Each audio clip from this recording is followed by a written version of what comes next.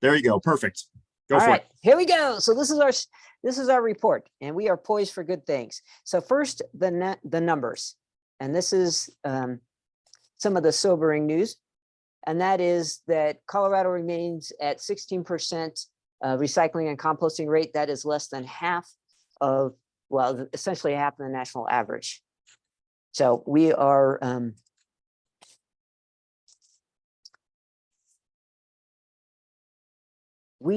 here in our state, we produce about 6 million tons of waste that goes to the landfill. We recycle and compost about 1.1 million tons of that. So that's where the 16% rate comes from. So much more, even an estimate of 95% of that 6 million tons could be recycled or composted. So we do have a way to go.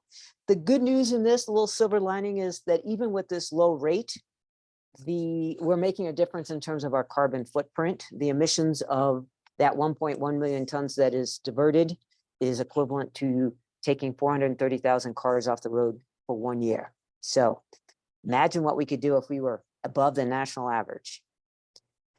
One of the biggest challenges and the reasons why Colorado's diversion rate is so low is that only 30% of Coloradans actually have guaranteed access to curbside recycling, meaning that they have recycling that comes along with their trash service. And that is a huge concern. And if you're living in an apartment complex or in the rural corner of the state, your access to recycling is even less.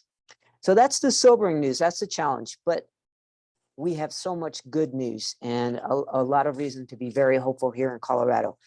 We have passed several transformative policies in the last year. Chief among them is producer responsibility. We are the third state in the country to do that. When fully implemented, producer responsibility will provide all Coloradans with convenient and free recycling services. And it will also ensure a steady supply of recycled materials for businesses to use in remanufacturing. So it'll be good for the people of Colorado, good for the environment, and good for business. And producer responsibility is a really important transformative policy that we're going to be delving into deeper at a 12:30 press conference. We hope folks will tune into that as well. But there's some other policies as well. This year, Governor Polis and the Colorado Department of Public Health and the Environment also championed, along with a lot of partners in the conservation community and the recycling industry, the development of a circular economy development center, which is going to support and recruit businesses that will use recycled materials to make new products. So that will establish much needed end markets here in Colorado. And then on other fronts, we'll note that a third of our waste stream is organic materials like food waste and yard trimmings and branches and leaves and whatnot. And this year, the Colorado Department of Public Health and Environment did a statewide organics management plan, which analyzes where we're at and makes recommendations for really improving that. So organics is a big frontier where we can make a lot of improvements, and the state is starting to engage on that. And then lastly, we have municipalities and counties across the state who are working hard to make progress, adding recycling and composting programs, and are really leading the way. And we want to just highlight some of that good work. Here are the leading communities. On the Front Range, you can see that the city of Boulder and Loveland and Fort Collins are leaders in various categories, and that Boulder County is also a strong leader. And then excitingly, across greater Colorado, we also have a lot of progress going on, whether it's city of Durango, the towns of Telluride and Mountain Village, and also Pitkin County, which is actually the lead county now in terms of residential and commercial diversion. So those are some of the bright stars that are showing just that it's possible in Colorado. And we look forward to learning from their lessons. We also wanted to now turn to some of the communities who are out there doing notable programs and policies. And so with that, I will just note that this report is available to all of you on our website. And now we want to engage with some voices from across the state in hearing their stories about what is possible. So with that, I'm going to go back. I gotta figure out how to stop share. Okay, so with that, why doesn't everyone turn on their cameras? And we are going to start by talking to Denver about some of the innovative and groundbreaking work that they're doing. So Jessica Lowley, project manager with the Denver Department of Transportation Infrastructure. Welcome, Jessica. Denver's had a really busy year. You've undertaken 2 major actions in 2022. And wanted to start out with talking about the expanded waste services program that Denver just passed. Tell us a little bit about what it does. I know it's focused on residential composting and recycling. Tell us about the policy and how many more residents will have access to services and what you expect the impact to be. Yeah, sure. Thank you for having me. Hi, everyone. So this policy, well, let me start off with some context here. So the city of Denver services about 180,000 households. It's single family homes and apartments up to 7 units.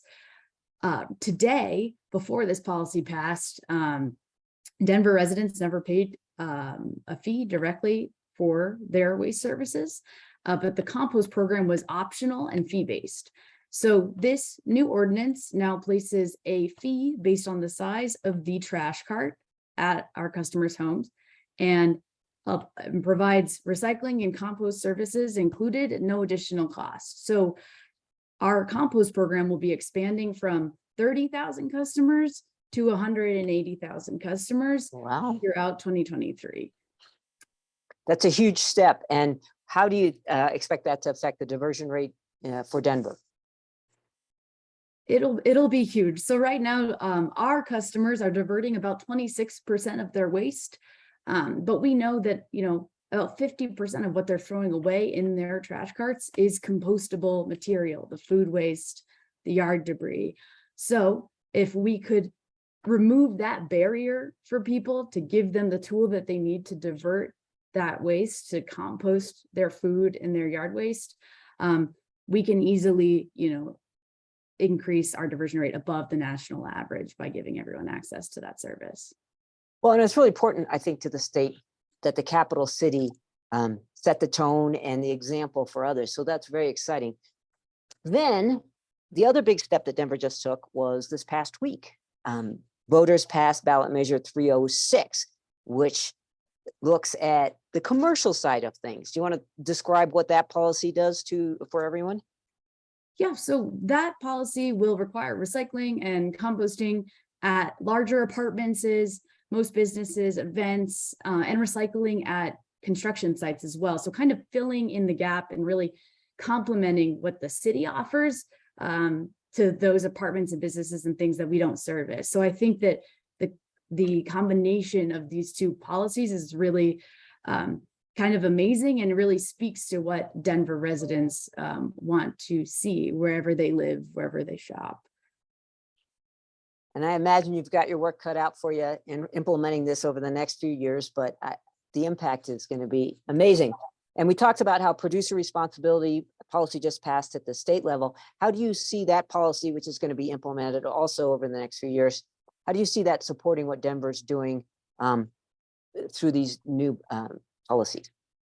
Yeah, I mean, again, I think all of these things really complement each other nicely. So, not only are Denver residents say that they want strong waste diversion policy, but the whole state is wanting it, and the infrastructure and the funding that will come from EPR will be important to Denver because of these policies that are increasing recycling, those recyclable materials in Denver. Well, these are 2 major steps that are very heartening. Is there anything else you want to add about what Denver's doing and your hope for the future here? I'm very excited. I think there's a lot of work to be done, but at least, in times like this, it feels like there's a lot of support for all of this work. So that's kind of what you need to do a good job. Well, and it sounds like, I mean, The ballot measure 306, I believe, passed with almost 70% of the support. I'm not sure if the final vote's in, but that I think indicates just how popular these programs are and how much people want to have choices and services to be more sustainable. So that's really great. Certainly, it's all part of our long-term solid waste master plan. So we're on board. Great. Well, now let me turn to Rachel Zarowin, who's I believe, the Community Programs Director with High Country Conservation Center out of Frisco. Thank you for being here. We're crossing the Continental Divide to hear about some stuff happening in the mountains. And I'll just note that communities in Summit County have made some very significant decisions around recycling in 2022. Before we talk about those, can you tell us about the unique challenges that you face around recycling in the mountain communities and in Summit County? Absolutely. Yeah. So the challenges that you mentioned earlier across the state are also hold true in Summit County. So our recycling rate has remained stagnant at roughly 20% for the last few years. And that's despite implementing some new programs like free curbside food scrap drop off, as well as some glass depots. Again, access is a huge problem here, both for residents and visitors, right? Because we have a huge tourism population, as Summit County includes the towns of Breckenridge, Frisco, Silverthorne, Dillon. And then the other thing too that wasn't mentioned yet is that the variance in recycling guidelines across the state and the country makes contamination a challenge because we're a tourism driven economy. So those are some of the big ones we're looking at for challenges. Right. Those are some pretty significant challenges. And yet, despite those challenges, Summit County took some major steps, and some communities in Summit County, I believe Frisco and Breckenridge, adopted some pretty impressive programs this past year. Why don't you tell us what about those policies, what they do, and also some of the motivation to take on some of these tough challenges?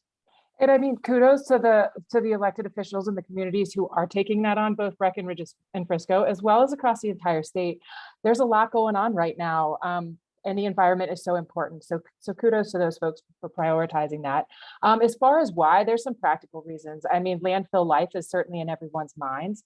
And we also recognize the need as a community to act on climate, avoid carbon pollution, and just extract fewer resources from the one planet that we do have. So we need to protect the environment. As we think about the ordinance, so the ordinance has two parts. There's a kind of a classic pay as you throw, which is the volume-based pricing, right? Is what we'd call it in our industry. So when you trash less, you pay less, and recycling is included. The second part of the policy is what we've called universal recycling, and a little bit different than Denver. This is one policy all wrapped together. And that pretty much means that all businesses and commercial trash accounts with shared trash dumpsters will add recycling. And when we say commercial, I mean, like you said earlier, it's these multifamily buildings, it's HOAs, so many, again, residents and visitors who currently lack access. So this is a huge piece of the policy so that everybody can have access to recycling. That is amazing. How do you expect that to affect your diversion rate? We did a lot of background work on this, looking at the communities who pass pay as you throw and universal recycling and similar ordinances. So not everything is perfectly stated out there, but what we've seen is a history of communities doubling their recycling rate. So we would anticipate the same results. Fantastic. And again, same question to you about producer responsibility. How do you hope that to work synergistically and support these efforts in the mountain communities when that comes online in the next few years? Sure. Yeah. So kind of as Jessica mentioned, by having these policies in place now, Breckenridge and Frisco are really, they stand to benefit sooner from producer responsibility. So we're really excited about that. And the other thing too, with producer responsibility, those uniform recycling guidelines that are expected to come, that's going to help us reduce contamination. I mean, so many people travel to our community from other parts of the state, and the rules vary, and that makes it hard for folks. So really looking forward to producer responsibility and the successes from that. Great. Rachel, do you have any last words of hope for the rest of the state, or things you want to say to the reporters on the line? Yeah, for sure. Again, we absolutely applaud Breckenridge and Frisco for their leadership. And we look forward to other jurisdictions considering pay as you throw in the coming year. And I also want to shout out the success is a testament to all the local governments, the waste haulers. We included representatives from lodging and restaurant community and many others who really came together to create a policy that worked for everyone. So again, looking forward to other jurisdictions considering it in the future. Well, we can't wait to see the results, but we're very heartened by the efforts you're taking. So with that, Thanks for having us. you betcha. With that, let's turn to Beth Markham, who's the Environmental Sustainability Coordinator with the Town of Vail. Beth, the Town of Vail has done some pretty significant things in the past year as well, and chief among them, I believe, is expanding composting. So can you talk a little bit about the challenges you face on composting in a mountain town and how you're overcoming them with this new program? Absolutely. First, thanks so much for having me, and happy America Recycles Day, everyone. So yes, composting, as you've mentioned, organics make up at least 30% of the waste going to the landfill, and there are climate implications for that with the methane that's produced. And so it's really, really important for us to take a look at how we're going to divert those organics. So we are really fortunate here in Eagle County to have a local compost facility that Vail Honey Wagon runs. And so getting that up and running was huge, which happened a few years back. But now it's the effort of actually getting that facility utilized. So we implemented here in Vail, well, I guess a couple years back, a drop-off subscription program for compost was rolled out throughout Eagle County, including Vail, to allow residents to bring their compost to our recycling center and pay a minimal monthly fee, but we weren't seeing the uptake that we were looking for there. So we thought, we don't have a curbside program. How can we launch one? So the town of Vail worked on our first curbside compost pilot program. We launched that last year. We focused on the West Vail community as we have a lot of year-round residents there. So we ended up getting about 50 residents participating, which is not quite the critical mass that we were hoping for. But we utilized, there's not a ton of space at a lot of the homes and residents. So we used a 5-gallon locking bucket scenario to run this program. But, there were concerns about wildlife interactions and things like that. Will the bears get into the compost? So there were a lot of considerations that we had to put in place to launch this particular program. So but it must be working. Well, yeah, I was going to say, because Vail has climbed to a 35% residential and commercial recycling and composting rate, which puts you in the running to be one of the leaders in the state. So you're doing something right. And I'm sure this composting program is fitting into that, but you probably have some other elements to your success that you might want to tell us about. Yeah, absolutely. So in addition to the residential composting side, we've really been working with a lot of local businesses to get, especially the restaurants, to get them on board with the composting and getting those organics diverted, similar to Summit County. We have a lot of visitors and a lot of tourism here in Vail. And so if we can get some of those hotels and restaurants on board as well, that'll just continue to increase our diversion rate. We do have a business compost pilot program that we are running this year to help incentivize different businesses to get on board. That's been pretty successful. I think right now we have about 25 different businesses who are actively providing compost here in or participating in composting here in Vail, trying to increase that. We also have great partners in Vail Resorts and Vail Health, our local hospital. They really take the waste diversion seriously and have implemented some great programs. So huge shout out to both of them, as well as a lot of the other the businesses as well. But we implemented Pay As You Throw in 2014 and have seen a steady growth in our recycling rate each year since. And universal recycling ordinance was passed at the same time. And so a lot of different initiatives going on. We also use we in 2015 implemented a bag fee on disposable bags here in Vail, and that bag fee money goes to programs and events like hard to recycle events. So each year we divert almost 30 tons of hard to recycle materials through those events. And we also work really closely with our haulers to help with the contamination rates. So to reduce those. So there's just a lot of different irons in the fire, if you will, to really work towards the increasing diversion rates. Well, that's a good list. You've mentioned a lot of best practices, like working with the largest generators, like Vail Resorts, you mentioned in your hospital. That's a great way to get some of the lower hanging fruit, and a universal waste ordinance that you mentioned, and working closely with the haulers. That you guys are leading in a lot of ways, and that's very commendable. So thank you for that. We're going to keep moving because we have two more folks to go before we open it up to questions. Thank you, Beth. Next up, we wanted to go to the Eastern Plains and talk to Deanna Haas-Tedler, who's manager of Clean Valley Recycling out near La Junta. And we're thrilled to have you. We're thrilled that you're making progress out in the Eastern Plains, which is no small feat because you're farther from markets and less urbanized, shall I say, than other parts of the state. And so we are thrilled. Can you tell us about your program and the services you offer, and what your geography is? Okay, yeah. Thank you, Suzanne. Yeah, so Clean Valley Recycling, we're a nonprofit recycling company. We use the hub and spoke model for recycling in our area. So our hub is in Swink, which is a tiny little town, and we're just about 2 hours outside of Kansas, the Kansas border. And then we have a number of spokes surrounding Swink where we bring recyclables into.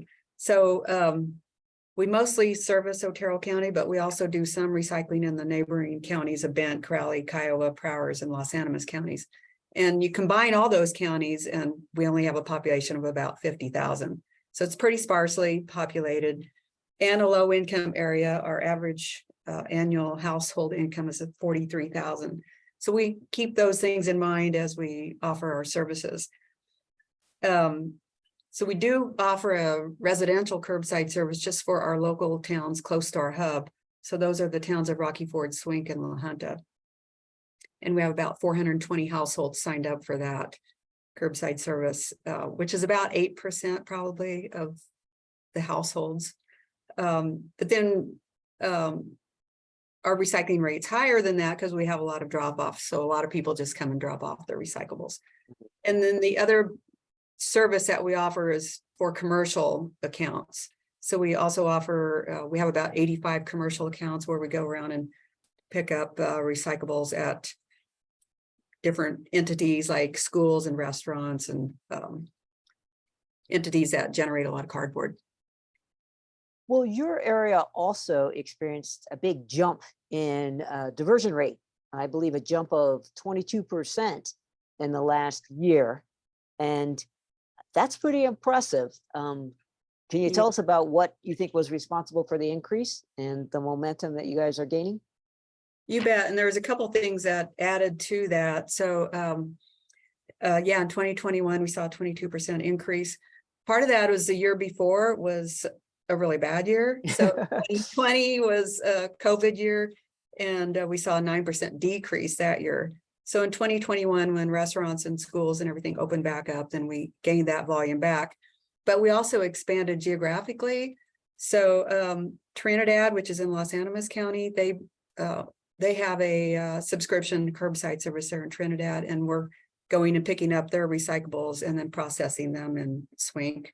So that added, and then also we have a couple of towns actually from Western Kansas that are starting to bring Oh. materials to it. So Tribune and Leota, Kansas are bringing recyclables because they didn't have a good outlet and their programs are about to shut down. So it's about a 2-hour drive for them, and it's better for them than taking them to Hutchinson, Kansas. So we get their materials. And then thirdly, we are slowly but steadily growing our own local customer base. It takes a lot of marketing, a lot of effort to get the word out, but our local people are starting to come on board too. Yeah, it sounds like there's some growing interest there.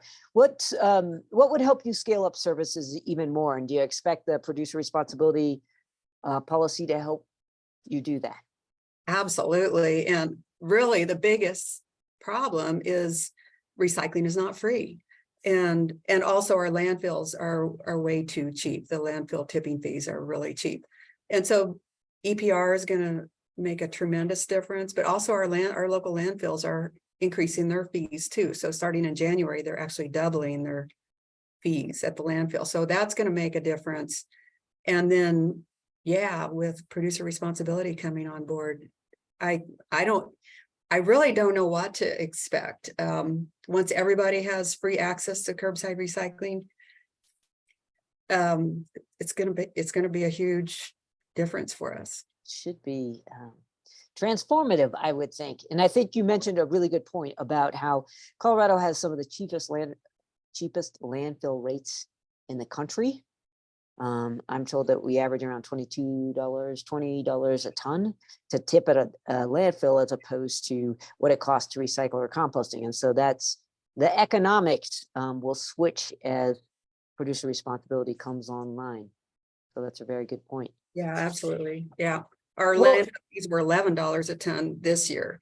So they're Oh. doubling. So now they're going to be $22 a ton. So that people are going to feel that and they're going to start recycling it. Okay, so your landfill rates are even cheaper out there than they are in the Front Range. That makes sense. Okay, well, anything else from the Eastern Plains that you'd like to tell all of us? Come and visit. Oh, I wanted to say one of our coolest programs at our recycle center is our reclaimed building materials section. So it's a reuse section, kind of a restore store. And that's been really popular with our residents. And we have a library there from all the books that get thrown away and just used or surplus building materials. So that's really been a popular part of our recycling program too. That is very cool. Reduce, reuse, recycle. That's In right. that order, right? Well, thank you, Deanna. Thank you. We appreciate you. Yeah, for sure. Last but not least, our last speaker is Monique DiGiorgio, who's the founder and owner of Table to Farm Compost out in Durango. We are glad to have all corners of the state represented on this press conference. And Monique, tell us, a lot of people think about recycling services and composting services as being city run, local government run, but you are a local business. And can you tell us about your business, what services you offer, and what's your relationship with the city of Durango? Yeah, thanks so much, Zan, and just appreciate being here with this group of panelists. We have some exciting stuff going on in Durango, Colorado. Who would know we're pretty remote and rural, probably closer to New Mexico and Santa Fe than we are to Denver. But as Zan mentioned, we have a very unique composting system here. So we started curbside composting through Table to Farm Compost, which is an LLC, in 2016. And we've slowly grown since then to we're at 884 customers as of today, which we're really proud of. And we do have a public-private partnership with the city of Durango. So one of the cool things about being in Durango and La Plata County is we're just small enough to make, a huge impact in terms of outreach and getting the whole community on board, and just big enough that our diversion numbers and the impact that we're making is pretty extraordinary. So thanks to partners like the city of Durango and La Plata County, we're really looking at trying to get citywide composting, which would be about 5,000 households in 2025. And I wanted to just mention a little kind of fact figure that might blow your mind, because as we're sitting around crunching the numbers, looking at how each 5-gallon bucket makes a difference, And to give you a sense, so we're collecting 5-gallon buckets from our residences. We have commercial businesses where we collect 64-gallon buckets, and then we bring 1,000-gallon tank to Scott, right? So we're doing kind of the whole picture of picking up food waste. But each 5-gallon bucket makes a huge, huge impact. And when we actually add it up at full capacity, what our newly permitted Class 3 facility will be able to divert, it's actually over a 5-year period at full capacity for our Class 3 compost facility. We'll be able to divert 97,000 tons of carbon dioxide from the atmosphere and 129 million pounds of food scraps. So that's at full capacity. We're moving our compost every 3 months. Now, compare this to the first ever plant, carbon dioxide scrubber plant that was built in Iceland. It's called Orca.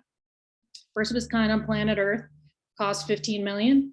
And to build, not to mention what to operate, we will at that point be actually sequestering 5 times more than this plant. So the story is, and I have so many other facts and figures, but I'm out of time and I can give them to you. But the point is that we're small, but we're big. And so after the low hanging fruit of what compost can do from a climate impact is massive. And we take our mission seriously, which is to recycle food waste into compost and save the planet. So I'd say, let's get going, Colorado, because we need more compost facilities to do this.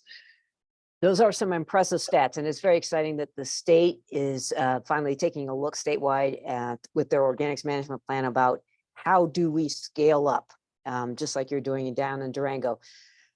Tell me a little bit about end markets, because part of the picture is also you make all this great stuff out of food scraps and yard waste, and then what happens to it? You want to talk to us about end markets? And I know you're co-chair of the Colorado Compost Council. What's the work there to get compost used more broadly to help pay for some of these efforts? Yeah, and to mention, we're a pretty unique circular business model that I think all of us want to see more of in Colorado, because we're not just the hauler, we're also the compost producer. So to that point, the end markets for compost is huge, and we need to look at leveling the playing field for selling compost locally here in Colorado and doing everything that we can, whether it's through the newly released organics management plan or other ways to support the local purchase of a compost. And it's a full circle, meaning, from that carbon standpoint, you're not only reducing methane when you divert these food scraps from the landfill. When we place that compost on the ground, we're sequestering carbon. The more that we can support end markets for local businesses, we can support economic resiliency, and that matches our resource resiliency. So this is pretty key to us in Colorado, and the Circular Economy Center and everything else that we're doing as a state is going to make a really big difference for small to mid-sized businesses like myself. Well, and I will note that you are part of a trend that we're seeing around Colorado of smaller entrepreneurial bucket composters. It turns out many of them are women owned, interestingly enough. Can you speak to this trend? And you have colleagues around the state, yes, that you're helping? Yeah, it's really fun to watch this. And we're just a few, and I say few, steps ahead in the fact that we have this Class 3 facility that we permitted, and it took us the last 2 years to do that, but we're there. It's been fun to watch, as you mentioned, these women-owned businesses pop up in places like Salida and north of Fort Collins and, Steamboat. And the really neat thing is we have such a strong community in Colorado that we're able to provide support to each other on kind of like, here are the best practices on what we should be doing and how do we fill that niche. And I would also say the organics management plan, the comments that we're making through the Colorado Composting Council really has an eye towards, yes, supporting local governments always, but also supporting kind of this new trend of smaller businesses that sometimes these hurdles that we have in the state make it very hard to permit the facilities that we need to divert the waste. So I think we need to start thinking holistically about how to create, policies that really support everything from the small business to the local government. Right. Let's end it there so we can get to some questions. I do just want to say in summary, while Colorado's diversion rate is still low, there's so much to be excited about, and all of you on this call have given us a lot to chew on about what is possible and what is happening, and how state policies can help to support and bolster and further that. So kudos to all of you. And I guess the other thing I want to underscore is that as we started, the work we're doing here, recycling and composting, is good business. It's good for people and it's good for the planet. And I'm glad that our state and our communities across the state are recognizing it. So with that, let me turn to questions. We have one in the Q&A that we'll put out there and invite the reporters to add in more. But the one that we have, I'll open it up to the group of you, is how prepared is the system for these new changes that will create more recycling? What's being done to make sure local governments and recycling facilities are ready? And we might even add composting to that question. Does anybody want to speak to that one? I can speak on behalf of Summit County if that works in terms of local governments. Yeah, sure. So I'd say in Summit County, we're prepared, and this is in relationship to the pay as you throw and universal recycling that I talked about. So in 2018, voters passed a ballot measure called Strong Future. And what that does is provides 1.7 million annually to fund existing and new recycling programs. So that ballot measure happened following a study showing what could we do, what new programs could we create that would give us the most bang for our buck for diversion. And pay as you throw and universal recycling was one of those recommended strategies. So now, fast forward 2022, there's a huge project going on at our recycling facility right now to help us collect more single stream recycling and collect it more, or to process it more efficiently. So it can be on its way to live its next best life. And all those facility updates are, like I said, they're underway, and then they'll be in place by the time we start collecting more recyclables in 2023. So that's the Summit County picture. Great. Denver, did you want to talk at all about how you are seeing the future in terms of facilities to support the growth you hope to see in your diversion rate? Sure. So, the city's been talking about our pay-as-you-throw ordinance for a very long time. And I think that communication has been very open with our processors. And that was something we are prepared for. As far as 306 goes, we are starting the work to figure out that implementation now. So now that it's passed it, there's internal and external stakeholder work that we have to do. A fun fact is that there's at least 10 agencies involved in the implementation of 306 for Denver. So there's a lot of internal coordination that we need to work out with appropriate agencies. And then externally, it's really important that we work with the community and everyone who's going to be impacted by these new requirements to make sure that they understand what is now required of them. And then also the haulers and the processors that are also a part of this, and the city will be coordinating those conversations. Great. And I'm going to throw composting facilities in here. Monique, you mentioned about the permitting challenges for new composting facilities, but the plan is the statewide plan that the CDPHE, the Colorado Department of Public Health and Environment, just came out with, is starting to try to get a handle on additional infrastructure that might be needed to process all the organics discards out there. Can you speak at all to where you see that heading, the future of infrastructure for composting? Yes, as you mentioned, the report does identify infrastructure as a major need in the state in order to divert the waste that we would like to divert to achieve our goals. And permitting a Class 3 facility is a heavy lift. There is not much between what the state allows in terms of an exempt facility, which many composters, especially small ones, start out as an exempt facility, and then a Class 3 facility, because at a Class 3, you're basically regulated at a very high threshold, which is great for all the reasons that we're protecting the environment and want that type of regulation. A few steps in the middle would help in terms of providing some stepping stones for businesses as they grow, especially businesses, like we've said, that are trending in terms of like woman-owned and smaller businesses, to say, okay, I've achieved, the first scale up. So instead of going from 0 to 100, in 5 seconds, which is great. And that's actually my style, but it's kind of hard. You could go, 0 to 30, and you can kind of step up the permitting process. That would be a choice to do. So the state of Colorado and the Organics Management Plan is looking at how do we do that? How do we update the regulations to really support this stepping stone approach? Thank you for all of those answers. I will add, on the board of the Front Range Waste Diversion Board. And a few years ago, another success that Colorado passed an enterprise fund where there's a couple of dollars added on to each ton that is tipped at a Front Range landfill. It goes into a fund, and communities, businesses, nonprofits, school districts, et cetera, can all apply for funding to stand up programs, but also to build infrastructure. And so we are giving away millions of dollars each year through a whole vetted, application process, and we go through vetting and whatnot. But we're starting to see communities avail themselves of new infrastructure, precisely in anticipation of increased tonnage that we hope to see. So there's a bunch of different things underway to try to get at the facilities.